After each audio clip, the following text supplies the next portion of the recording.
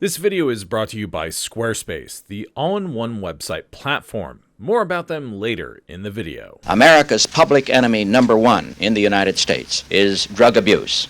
In order to fight and defeat this enemy, it is necessary to wage a new all-out offensive. These were the now infamous words of President Richard Nixon at a press conference on June 17, 1971, marking a pivotal moment in the trajectory of American life. It was on that fateful Thursday in Washington, D.C. that the war on drugs began.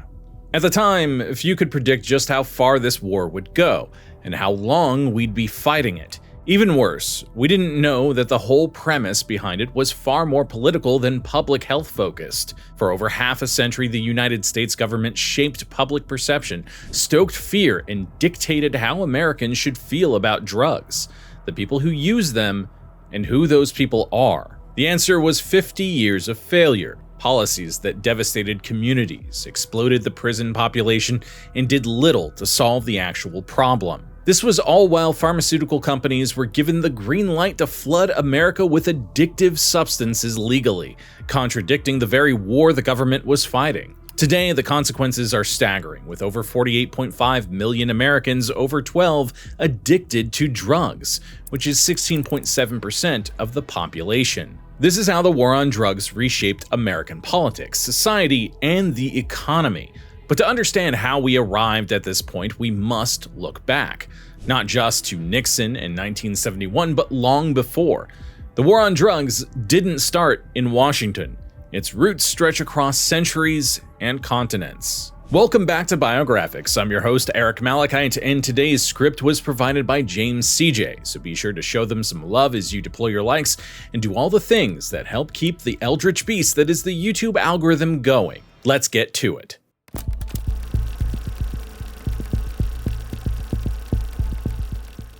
The history of narcotics dates back to 3400 BC in the form of opium cultivation, which derives from the sap of the opium poppy, as first referenced in Mesopotamia, known fondly as the joy plant. The practice of opium cultivation spread to other ancient civilizations, used by adults and children to aid them with sleep, relieve pain, as an anesthetic, and most likely for recreational purposes as well. By the 6th or 7th century AD, thanks to trade along the Silk Road, East Asia and China began producing and using opium poppies, reaping the benefits and, unknown to them at the time, the drawbacks of this plant. In 1839, the First Opium War commenced, lasting until 1844. The British began conquering major poppy-growing regions in India and smuggling opium into China through the East India Company. This provided a financial boon that they used to purchase tea, porcelain, and various other luxury Chinese goods. In response to the growing opium epidemic in China, the Qing dynasty outlawed opium cultivation and importation. This led the British and French to team up to keep this vital trade route open. After two major battles, the British and French emerged victorious, and the trade remained in place, with the European powers gaining not only commercial privileges, but also land concessions. A second opium war occurred a little over a decade later, between 1856 and 1860, involving the same players and roughly the same objectives, maintaining the trade and sustaining profits. This time, many viewed the war as an immoral use of military power. It was during the Second Opium War that the United States began experiencing a growing opium presence that would kick off its struggle with narcotics, which would grow out of control over the next century.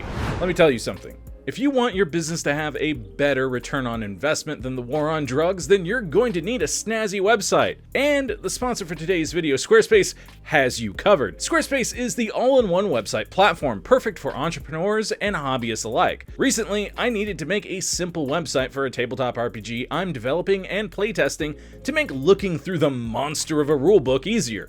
And it was beyond simple to add sections, format, and even incorporate my existing knowledge of CSS and HTML. Though you don't need any knowledge in that area at all. And it's all thanks to Squarespace's innovative Fluid Engine. The Fluid Engine makes it easier than ever for pretty much anyone to dive in and make a beautiful website. Answer a few questions about the goals you'd like to accomplish with your site, choose a template, and get dragging and dropping elements onto your template. Drag and drop technology is included in every Squarespace site. But that's not all, because if you're working on a long-term project like the tabletop RPG I just mentioned, Squarespace makes it easy for you to create members-only content for your community.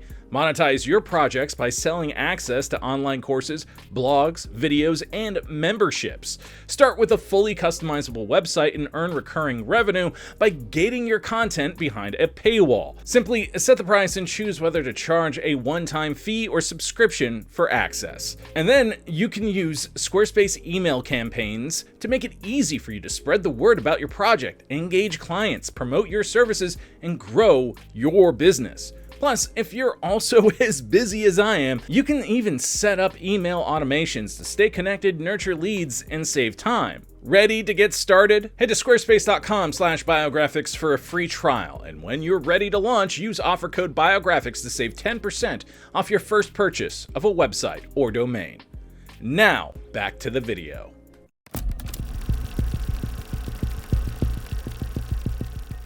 America's issues with drugs began in the mid-19th century with the arrival of thousands of Chinese immigrants in the West to work on the gold fields during the gold rush and eventually on the intercontinental railroads.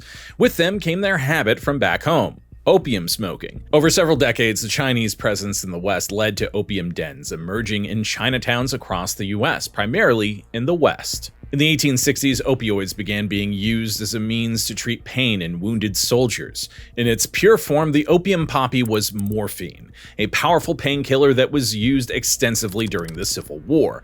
But it wasn't just morphine, it was dispensed in the form of opioid pills, powders, and tinctures. It's estimated that the Union Army issued 10 million opium pills throughout the war, resulting in roughly 400,000 soldiers becoming addicted. To keep up with demand, America began producing its own opium. Following what many deemed a successful use of opioids to combat pain, it became something widely prescribed to the general population, being heralded as a miracle drug. Before anyone considered it a problem, opioids were used widely, readily available, and common products to find in your home medicine cabinet. By the 1880s, it was officially acknowledged that there was a serious problem, and at the heart of the issue was the so-called miracle drug. To address these issues, the US passed the Chinese Exclusion Act of 1882, placing a 10-year moratorium on Chinese immigration. Driven by nativism and the fear of opium, immigrants became a scapegoat for the growing crisis of opioids flooding communities, but they were far from the culprits who created the crisis. The primary users and abusers of opioids were white Americans in the middle and upper class, with 60% of people with an addiction being women, as doctors often prescribed them to help combat menstrual pains. Medical journals throughout the decade warned against the overprescription of opioids. By the end of the 19th century, opiate addiction had become a widespread concern and issue for hundreds of thousands of Americans. With advancements in medicine, treatments, and public health, the tail end of the 19th century saw a reversal of overprescriptions and overuse. With the introduction of medications like aspirin in 1899, opiates became less a drug of choice and more one of necessity when appropriate. Unfortunately, the damage was done.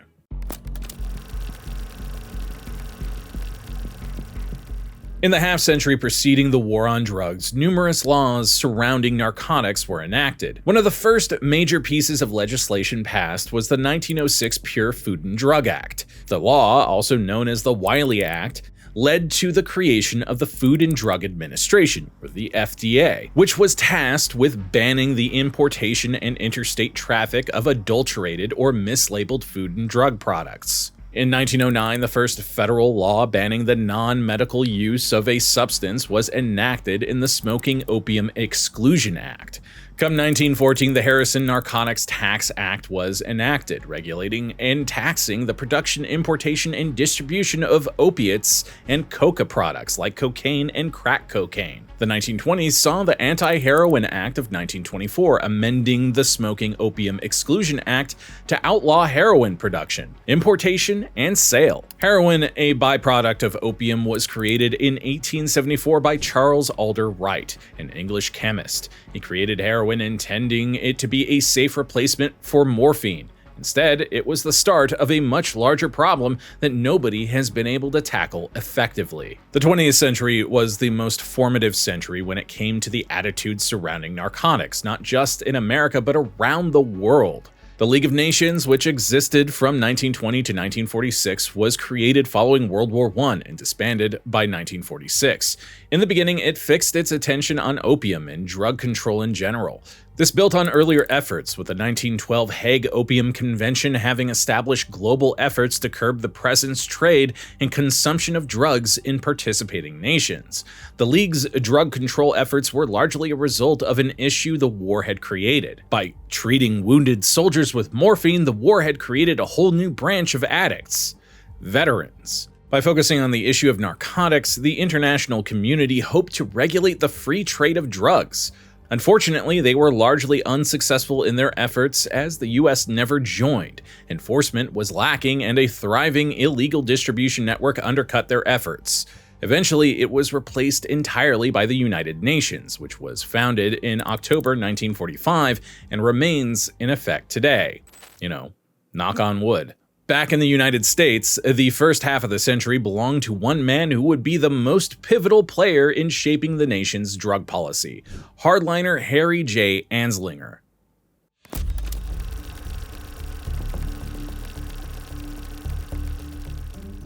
Harry Anslinger began his career in various law enforcement and diplomatic roles with a focus on international narcotics trafficking. He returned to the United States in 1929, where he joined the Narcotics Division of the Bureau of Prohibition. Following corruption scandals at the agency that didn't involve Anslinger, he managed to rise in the ranks. When the Federal Bureau of Narcotics, or FBN, was created in 1930, he was chosen to lead the new bureau at the age of 38. He'd hold on to this position for 32 years across several administrations. The long career at the FBN meant that Anslinger was a major player in shaping the nation's narcotics policy. He was a key player in helping pass the Uniform State Narcotic Drug Act, which standardized drug enforcement across the nation and empowered state and local police to seize narcotics. In 1937, he pushed for the passage of the Marijuana Tax Act, which criminalized cannabis at the federal level. He was also a key player in the creation of the Opium Poppy Control Act of 1942, which extended federal reach into opiate regulation. Anslinger's greatest victories weren't legislative, but more perception-based. He'd rebranded drug abuse and addiction as a moral failure. He was a supporter of prohibition and the harshest possible punishment for drug offenses. Anslinger created media campaigns, read propaganda, tying violent crimes to marijuana, like the 1933 Victor Licata murders, which was a family massacre sensationalized as marijuana-driven despite no evidence supporting this claim and the knowledge of Licata suffering from schizophrenia. He also employed the use of racism to portray an image of marijuana-fueled Black and Latino thugs, jazz musicians, and immigrants, all a threat to idyllic, peaceful white society. The problem? It largely worked.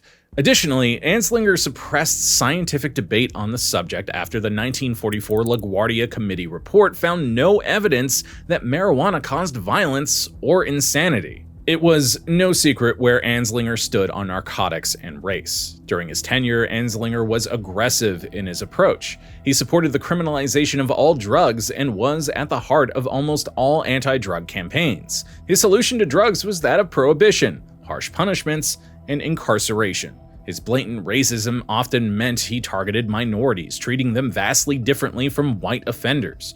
A great example is how he used his authority to prosecute Billie Holiday on numerous occasions, even on her deathbed. He believed Holiday and jazz singers at large promoted drug culture. Compare this to Anslinger's treatment of Judy Garland, where he showed sympathy for Garland by sending her to a treatment facility. During the Anslinger era, it became a case of anti-Chinese sentiment tied to opium, anti-black fear-mongering tied to cocaine and crack, and anti-Mexican attitudes tied to marijuana. In truth, the war on drugs doesn't exist without Harry Anslinger. His attitudes towards drugs, his legislative wins, and his propaganda would be the through line to Richard Nixon when the battle lines were drawn and the war began. Anslinger died in 1975 at the age of 83. He suffered from an enlarged prostate and angina. To manage the pain in his final stretch, Anslinger used morphine. The irony. Well, well, well. how the turntables...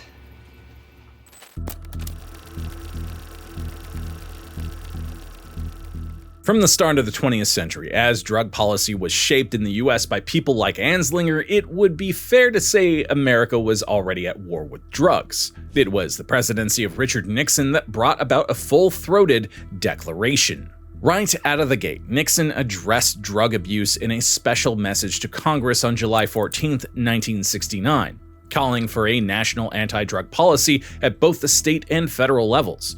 By October 1970, the Comprehensive Drug Abuse Prevention and Control Act was signed into law. This law in part repealed mandatory minimum sentences, meaning that simple possession was downgraded from a felony to a misdemeanor, and gave judges more latitude to assign parole, dismissal, or probation. Other objectives of the bill included giving federal drug agents no-knock powers and harsher penalties for trafficking. In May 1971, after a congressional trip to South Vietnam, 2 congressmen found and reported on an alarming increase in heroin addiction among American troops.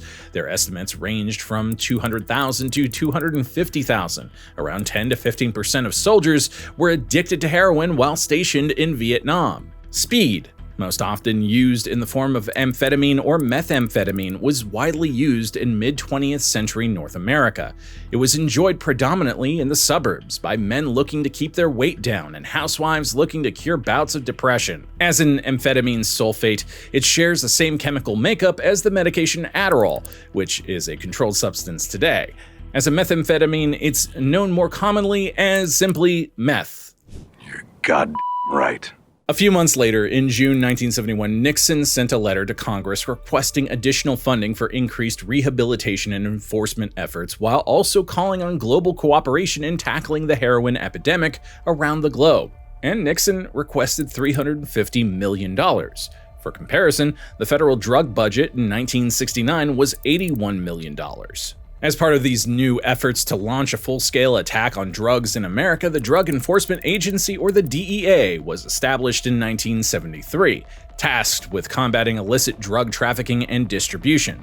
It became the agency mainly tasked with enforcing the Controlled Substances Act of 1971, which established federal drug policy under which the importation, manufacturing, possession, use, and distribution of certain substances were regulated. The Controlled Substances Act created the 5-tier classification schedule of controlled substances, with Schedule 1 being the highest potential for abuse with no accepted medical usage, and Schedule 5 being the lowest potential for abuse with accepted medical usage. The Schedule 1 includes LSD, cannabis, ecstasy, peyote, and heroin. Schedule 2 is prescription drugs like OxyContin, Vicodin, fentanyl, Adderall, and Ritalin.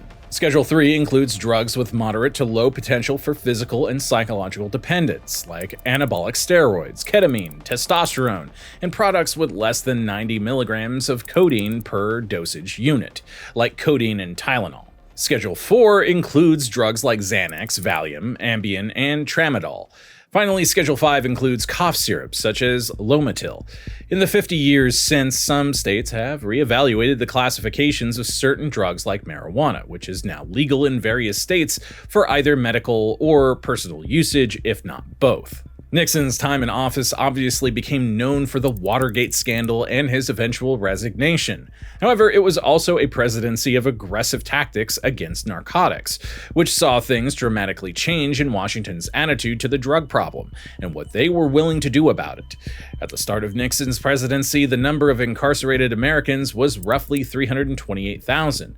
Over the next 40 years, that number would increase significantly. It was clear things had changed. After half a century of informal war on drugs, it was now official, and there was no turning back.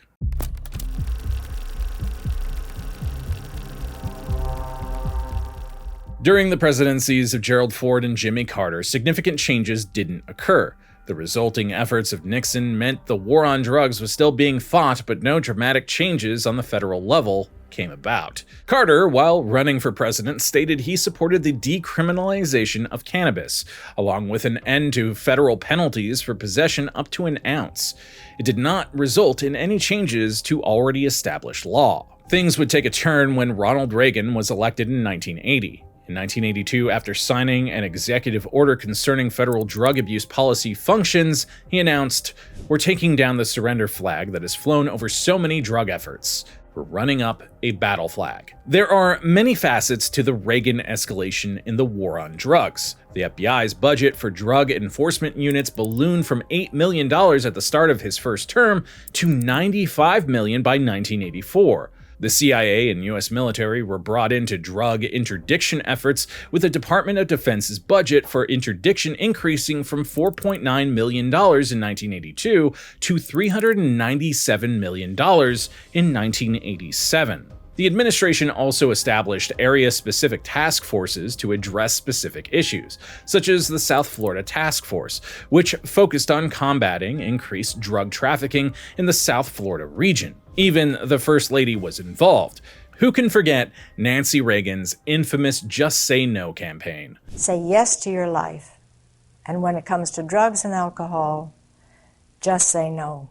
The 80s were the decade that saw the rise of the Medellin cartel, which included major drug kingpins like Pablo Escobar and the Ochoa family. Crack became a major drug in America during the course of the decade, as it was a cheap and potent form of cocaine. Cities in particular were hit hardest by the drug, with inner-city neighborhoods devastated. One of the biggest consequences of the Reagan years was when 1984 became a turning point in the war on drugs, specifically in relation to the prison population. Starting in 1984, the incarceration rate began increasing at a dramatic pace, lasting until 2009. With a growing prison population, a wave of new prisons was built to keep up. Additionally, the decade saw the rise of private prisons, which are controversial and shouldn't exist, due to their business model thriving on high incarceration rates and, as a result, cheap labor in the form of inmates. We just call that slavery here, folks. In 1986, Reagan signed the Anti-Drug Abuse Act, which allotted the president $1.7 billion to fund his renewed efforts to fight the war on drugs. This act also reestablished federal mandatory minimum prison sentences for specific drug offenses after they'd been repealed in the 1970 Comprehensive Drug Abuse Prevention and Control Act. That's a mouthful. They were repealed initially following agreement across the three branches of government that the minimum sentencing guidelines of the 1950s and 60s were causing more harm than good. However, these new mandatory minimum sentences were harsher and resulted in prison penalties for drug crimes skyrocketing, a trend that continued for decades. When Reagan took office, the number of people incarcerated for non-violent drug-related offenses was 50,000. But by 1997, that number was more than 400,000. Non-Hispanic whites were roughly equal in their percentage of the prison population for non-violent drug offenses. However, where the stat becomes problematic is when you compare this to their share of the population. Black Americans made up 12.3% of the population while being roughly 45.6% of the prison population compared to non-Hispanic whites, which made up roughly 70% of the country, according to the 2000 census. This showed a significant disparity in how law enforcement addressed offenders of various races, with African American offenders getting more focus and much harsher sentences. Another Reagan legacy is the DARE program, short for Drug Abuse Resistance Education, which was a school-based initiative promoting anti-drug sentiments that began in 1983. The First Lady, Nancy Reagan, became the face of the effort with her infamous Just Say No campaign. It was intended to prevent drug usage before it even began and to teach kids skills to resist peer pressure. Studies later showed that it had no effect on drug usage amongst teens and likely increased curiosity about drugs.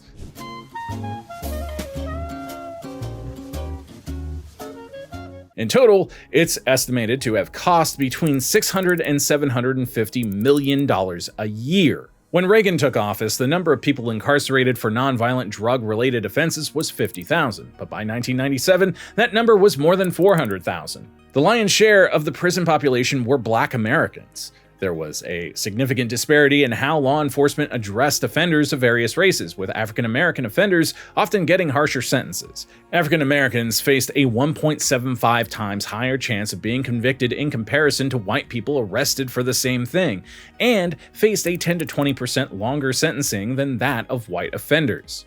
Reaganism inevitably led to the rise of the carceral state. Unfortunately, not all these efforts were done to improve public safety, but also out of a general hostility towards urban America and Black Americans who had significant voting power. Unfortunately for Reagan, despite his efforts, by the time his presidency was over, drugs were not only more available in America, but they were cheaper than they had been at the start of his time in office.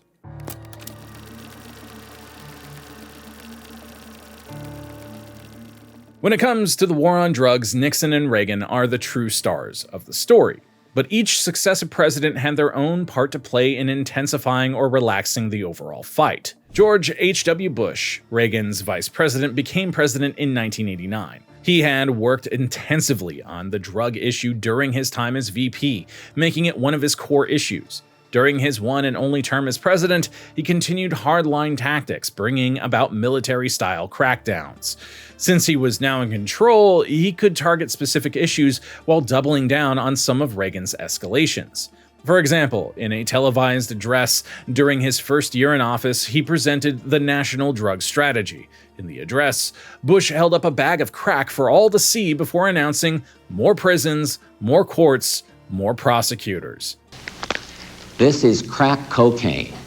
He then announced a $1.5 billion increase in enforcement, which at the time was the largest single-year spike in drug funding history. When Bill Clinton became president in 1993, his most significant and eventually most controversial achievement in the war on drugs was the 1994 crime bill. The bill was considered the most expansive federal crime legislation ever passed, and did receive bipartisan support. Some of its provisions included the three-strike system, authorizing the death penalty for new and existing federal crimes, banning 19 types of semi-automatic weapons, including the Violence Against Women Act, funding for incarceration, and more. Critics of the bill stated it drove mass incarceration even further and disproportionately affected Black communities. It also neglected treatment and prevention, funding nowhere near the level of enforcement efforts, a common trend among nearly every president since the war began. George W. Bush essentially continued the policies of his father, George H.W. Bush, and those of his predecessor, Bill Clinton. He was a hardliner, focusing primarily on law and order with a secondary emphasis on treatment and prevention. One major difference was his efforts on the global front, which were connected to his broader efforts in the war on terror following the 9/11 attacks. He emphasized international interdiction, meaning he wanted all countries to follow suit in banning the production and distribution of drugs. When it comes to Obama's legacy on the war on drugs, it's a mixed bag. He was more active in the treatment and prevention efforts that many had called for to address the issue, but it was a gradual shift and didn't change federal prohibition policy.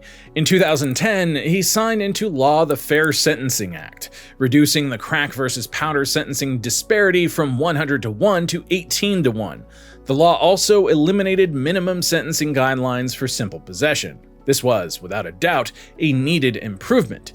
It did not decriminalize, but it was a milestone in sentence reform. Obama supported state efforts to legalize or decriminalize marijuana, and his Justice Department issued the Cole Memorandum, which directed state attorneys to not pursue marijuana convictions in states that had legalized any form of cannabis. By the time he left office, Obama had commuted the sentences of 1,715 men and women who were harshly sentenced or incarcerated under outdated laws. The vast majority were non-violent drug offenders. Trump's first term in office saw him take a particular focus on opioids and fentanyl. He declared an opioid crisis in 2017, placing the blame on dealers, Big Pharma, China, and Mexico. He backtracked on Obama's cannabis legalization crusade by rescinding the Cole Memo in 2018, allowing federal prosecutors to pursue marijuana violations aggressively. In 2018, hemp was legalized at the federal level.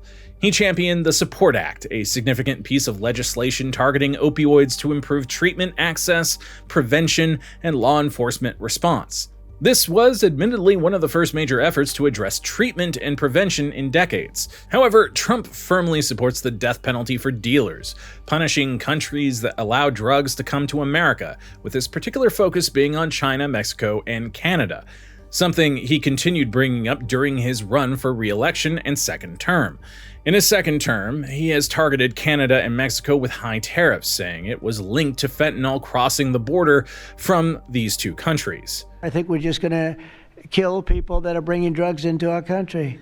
Okay, we're going to kill them. Biden's presidency was largely a shift toward public health and harm reduction.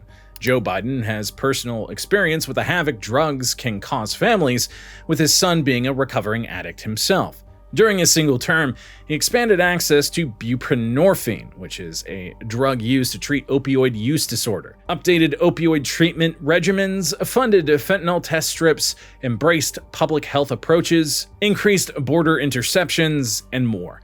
Biden did believe marijuana should be rescheduled, but never called for an all-out legalization of the drug. Since Obama, most Democrats and some Republicans have championed federal legalization of marijuana. Another aspect of Biden's presidency was his efforts to reduce the use of for-profit prisons. By the end of his term, he'd commuted 4,165 sentences, which became the record for most commutations of any president since FDR. This didn't include the thousands of pardons he provided to people in 2022 who'd been convicted of marijuana charges on federal lands and in Washington, D.C. It was clear Biden was attempting to make up for some of his own sins in exacerbating the war on drugs, as he was a lead architect of the crime bill, which he has both defended and apologized for. While making noticeable improvements, Biden ultimately fell short of making the needed overhaul to try to fix the damage the war on drugs had created. Additionally, with Trump getting re-elected in 2024, much of Biden's efforts are slowly being reversed as Trump continues to go the more early 2000s route of aggressive enforcement-heavy drug policy.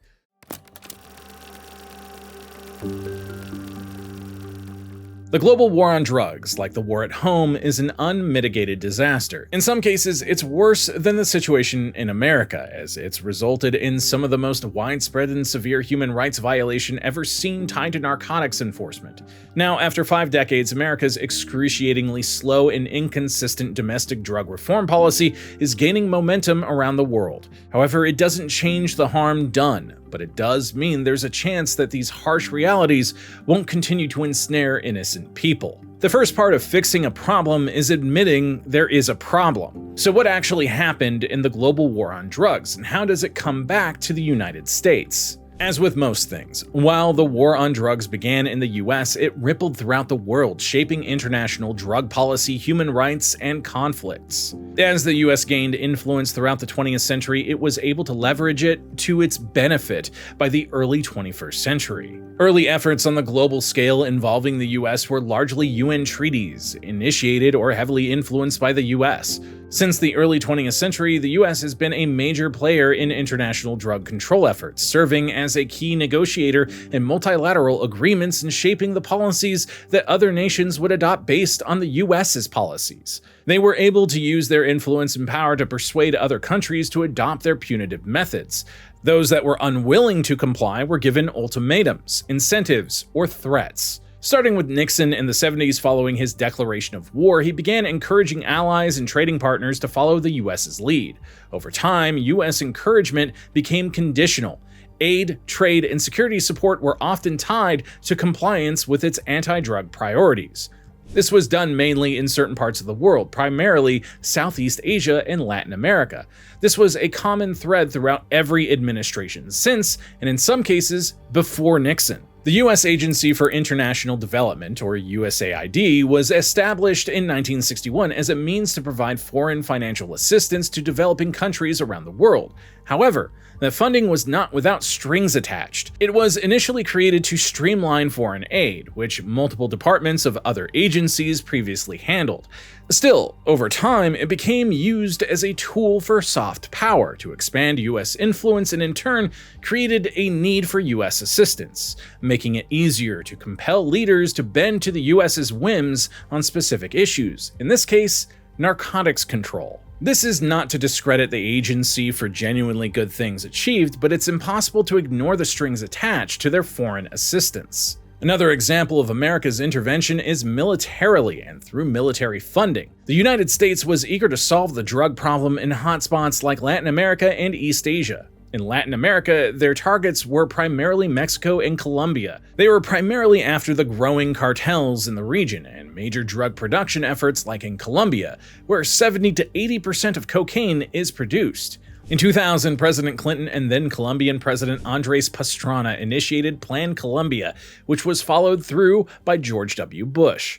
Initially, it involved a $1.3 billion aid package used to bolster military and police assistance, with a further $10 billion invested over the course of Bush and Obama's presidencies. It mainly aimed at decimating cocaine production and distribution in the nation. While it initially enjoyed some success, it wasn't long-lasting, with production rebounding. Additionally, there were human rights violations, displacement of rural communities, and little reduction in drug supply to the US. In East Asia, the US was focused on the Golden Triangle region of Myanmar, Thailand, and Laos, which were major producers of opium and consequently heroin production. Myanmar remains the world's leading source of opium and heroin. The United States has been involved in all of these countries, and many more in numerous ways, either physically, financially, or diplomatically, to impose harsher measures preventing drugs from entering the US. However, it's worth noting that many believe in some instances the US has actually helped facilitate the transport of drugs, or looked the other way in some instances of drug production to advance geopolitical objectives. A prime example is Iran-Contra in the 80s, when Nicaraguan Contras were accused of trafficking cocaine into the US to fund a rebellion, and it was later learned the CIA indirectly facilitated contacts between Contras and traffickers, even using drug-linked groups for humanitarian aid to the Contras in support of the rebellion. This was far from an isolated incident, with the US being accused of being the result of many issues in Latin America and for potentially creating a scenario in which the production of drugs thrived due to regional instability. Another prime example of US involvement internationally is Afghanistan in connection with a large war on terror. For a time, Afghanistan became the world's largest opium producer. The reasons were simple. It was a means of economic survival, as it was a high-yield and drought-resistant cash crop. In rural regions like Kandahar and Helmand, it was the only viable way to earn a living in a war-torn economy. The weak central government made it possible to grow and cultivate opium due to its lack of influence and control outside major cities. These were areas where warlords and militias such as the Taliban had seized control. Speaking of the Taliban, they used it to finance their organization by taxing farmers to protect their opium farms. This competed with their own beliefs regarding narcotics, which they've since banned in their return to power, destroying the very opium and cannabis fields they once protected. It's important to note that reports on implementations of the Taliban's narcotics ban have been inconsistent and enforcement isn't universal. Mostly they rely on self-policing, with many following the Taliban's way out of fear or, in some cases, respect. The US itself had various levels of approach to the opium production in Afghanistan. In the early years of the war, they were indifferent, with their focus centered mainly on maintaining control in the region. By 2005, they'd moved to eradication campaigns, but they were largely ineffective. They also tried alternative livelihood methods, such as promoting other crops, but these programs also failed because they didn't provide the same financial incentives. Much like the war at home, the global efforts when it comes to the war on drugs have also been largely ineffective. The problem is that as fast as they neutralize one avenue of production and distribution, several more come in and take their place. Solving the problem was never going to be about the people making or selling the drugs. It was about the people taking them. How do you prevent that? And if you can't, how do you ensure people don't become addicted or die in the process? That's the question that very few people in power seem to be asking.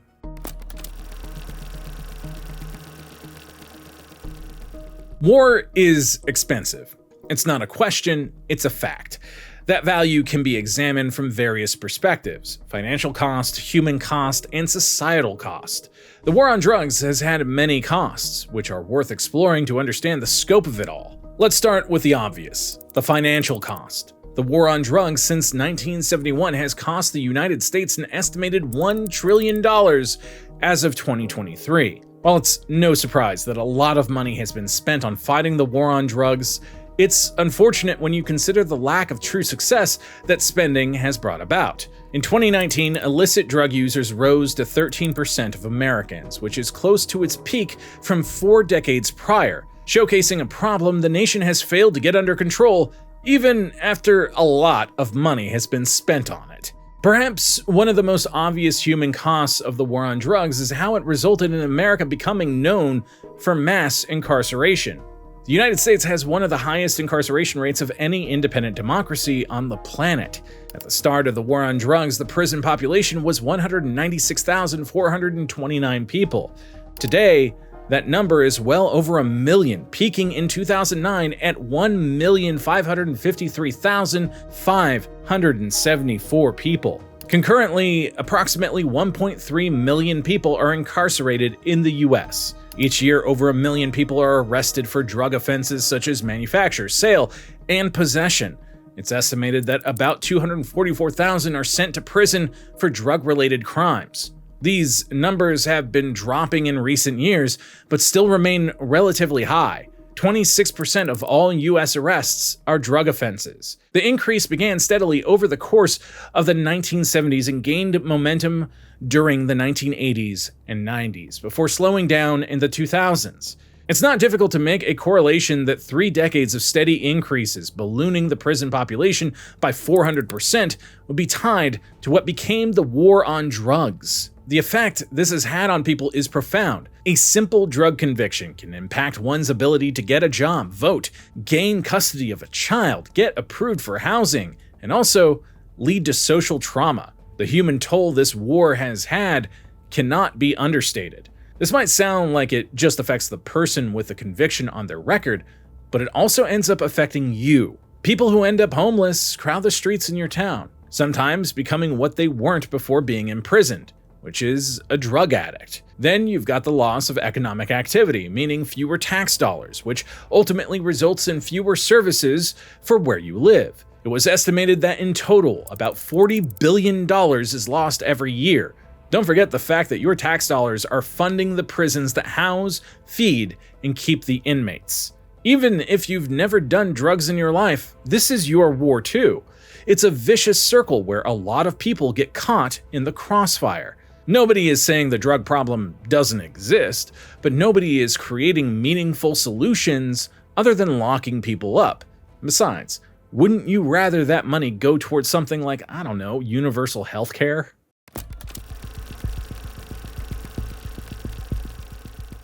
The truth about the war on drugs is that it's a war that simply cannot be won. It's not an opinion, it's a fact. After 50 years, the United States is no better off than it was at the start of the war. Drugs have changed, new ones have emerged. Prescription drugs have wreaked havoc on the nation in the form of opioids. Incarceration rates remain exceptionally high, and communities have been decimated as a result of trying to contain a problem through force. The definition of insanity is doing the same thing over and over again, expecting different results. Well, the United States has been doing variations of the same thing for over 5 decades, and it has gotten them nowhere. If this is a war they want to win, they need to completely change the tactics and maybe understand what the enemy is, not who. To do that, we need to acknowledge the moral failure that led to the war's inception. In 1994, over 2 decades since it all began, John Ehrlichman, the assistant to the president for domestic affairs under Richard Nixon, told the truth about the origins of the war on drugs, stating, "You want to know what this war on drugs was really about?" The Nixon campaign in 1968 and the Nixon White House after that had 2 enemies: the anti-war left and black people. You understand what I'm saying? We knew we couldn't make it illegal to be either against the war or black, but by getting the public to associate the hippies with marijuana and blacks with heroin, and then criminalizing both heavily, we could disrupt those communities. We could arrest their leaders, raid their homes, break up their meetings, and vilify them night after night on the evening news. Did we know we were lying about the drugs? Of course we did. Knowing everything you know now, you have to ask yourself, was this all worth it? I hope you learned something today, and if you enjoyed this video, be sure to deploy your likes, comment a historical figure we haven't covered yet, subscribe and ring that bell, and share this video with someone who loves learning about history's most important people. I'm Eric Malachite, and we'll see you next time.